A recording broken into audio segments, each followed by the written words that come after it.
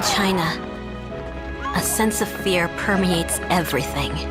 For a moment, imagine how you would feel if, at the age of 13, your father was viciously beaten in front of you. You're going to kill him! Stop! Well, Chenxi couldn't have imagined it either, until in 1988 her faith was tested when she was arrested by Chinese Communist government officials, and they kept her locked up and tied up in an empty and dark room for 1 night and 2 days, just for having read the Bible to other people. With 200 yuan, you'll have to stay here. After being released, the girl goes with her family to another city for a while.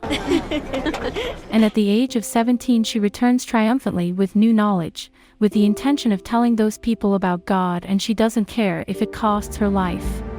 Slowly, she achieves her objective but only manages to read the Bible to a few people, since months later, in one of the meetings, the government intervenes again, arresting the entire group that was gathered. My parents and my brother were all arrested. The mutism of the believers further infuriates the government agents, who take her father and throw him to the ground. Stop! He's not well!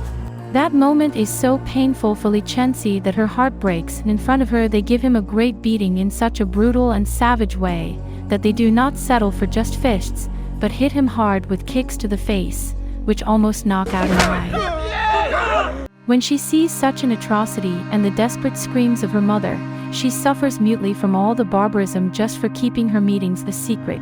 We've got to keep arresting and fining. Only those who paid the 600 yuan fine were released.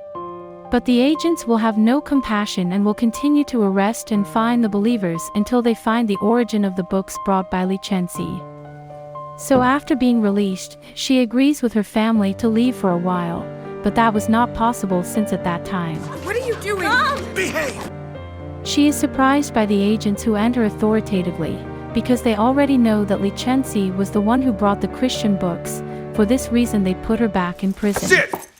There, Li is forced to testify through harsh punishments, since the number of believers has grown and the officials cannot let that happen. If you don't confess, you'll be in even more trouble. So the officers remind Chenxi that printing Christian material is a crime that carries penalties ranging from 10 to 20 years in prison.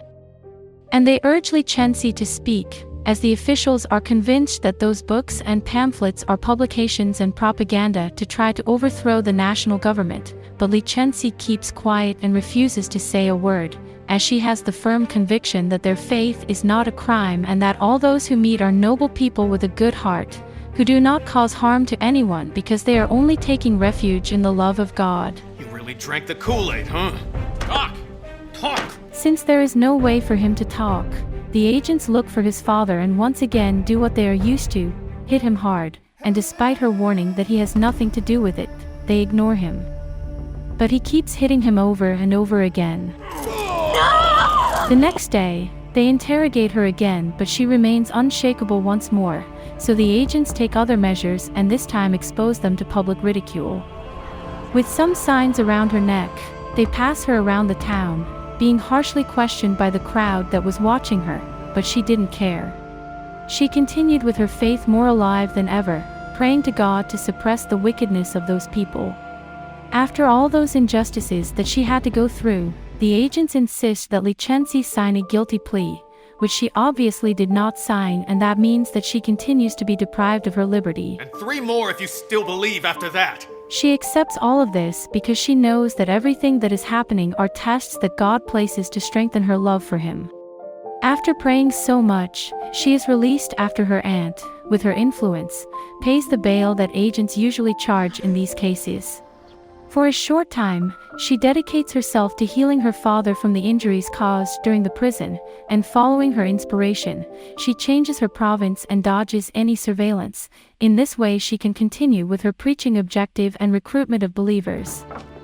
This distancing is used to annoy the girl's mother, making her believe that her daughter lost her life, and she is forced to recognize the corpse. For this reason her mother's mind collapses and separates from her reality.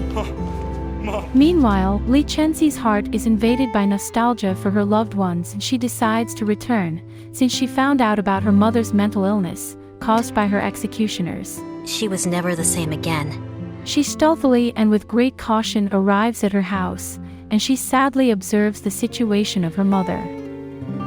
After a few hours and avoiding being arrested again, she returns to the provinces in search of a brother to give her lodging. The search being unsuccessful, she wanders through the streets of the city while she raises a prayer to God. Please enlighten and guide me. After a few hours, he meets a sister and shares a house with them, who also live with great caution to avoid being detected by a regime spy. They are forced to frequently move from one place to another between the surrounding cities. Despite the fear they suffer from being found and locked up, they continue to pray clandestinely and take the word of God to every corner and leave their footprints. And 4 others were given 10 years or more. Years after an apparent tranquility, in 2012 the regime again began mass arrests of believers, forcing the girl to take extreme caution when going out on the street. One day, not even suspecting how close she came to danger, as the agents will never give up until they achieve their goal, she is shocked when she is once again arrested. But now the mistreatment is unbearable, with each refusal to respond. The interrogation is punished by attacking the basic needs of the human being. She was not allowed to drink water all the time, and she was not allowed to close her eyes to sleep, nor to perform her physiological needs. You feeling sleepy? The pain felt by the girl is so strong that she implores God to stop the punishment, and almost immediately she is changed to another legislation with other female agents. I don't know what else they're going to do to me. There she is forced to strip off her clothing, invading her privacy by being touched and then embarrassed, being mocked by her as her body is discovered while she is incorporated into a women's cell. Get in there. The prisoners who were there are curious to know the reason for her arrest, while others shout blasphemies and force her to undress again in order to enjoy her suffering. Squat. Not being satisfied with that, she was forced to walk all night every 2 hours from top to bottom through the cell, quietly accepting without protesting, since in the event of a reply her punishment would be increased to 5 more hours. All these events undermined her health, and a cardiopathy affected her heart. The cruel winter and the inhuman punishments of the jailers, such as forcing her to bathe with ice water, made her 4-month stay in the special jail hell for her. No one can explain how Chenxi could endure so much mistreatment day after day and for long hours. Until one day, the agents considered the blame for the ailments in her body after Chenxi overcomes her medicism.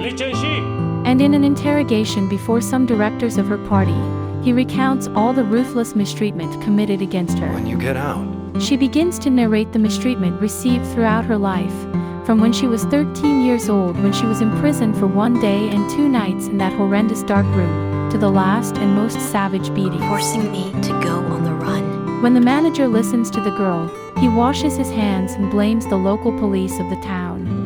He lies when he admits that all the agents of the Communist Party are incapable of making such accusations. what you've suffered. After having suffered her unjust mistreatment for years, Chenxi was released in January 2013. For not finding conclusive evidence and due to the great deterioration of her heart health, she must now wait for the trial to take place. You'll get at least 8 years. But she will not enjoy full freedom since they order the authorities of her town to monitor her, so that she cannot contact any of the believers, and thus be able to definitively end the Christian faith. You want freedom? For this to be fulfilled, she is taken under heavy guard to her mother's house. When her mother sees her, she proliferates offenses against the official agents, who remain indifferent when they learn of her mother's mental illness. Get out! The police are bad. In order for the surveillance to be more effective, the government pressures neighbors sympathetic to the Communist Party to collaborate in monitoring all her exits and movements that she makes, which must be immediately reported to the party. The evening of September 25th alone, nearly 200 church members were taken. The most painful thing about this story is that she was not the only one. At that time there were many Christians captured and others who took her life, just for mentioning the word of God. The shadow of the Communist Party's reign of terror over Christians looms over all of China. This is the summary of a Christian film based on true events called Branded. Click here and do not miss the next story.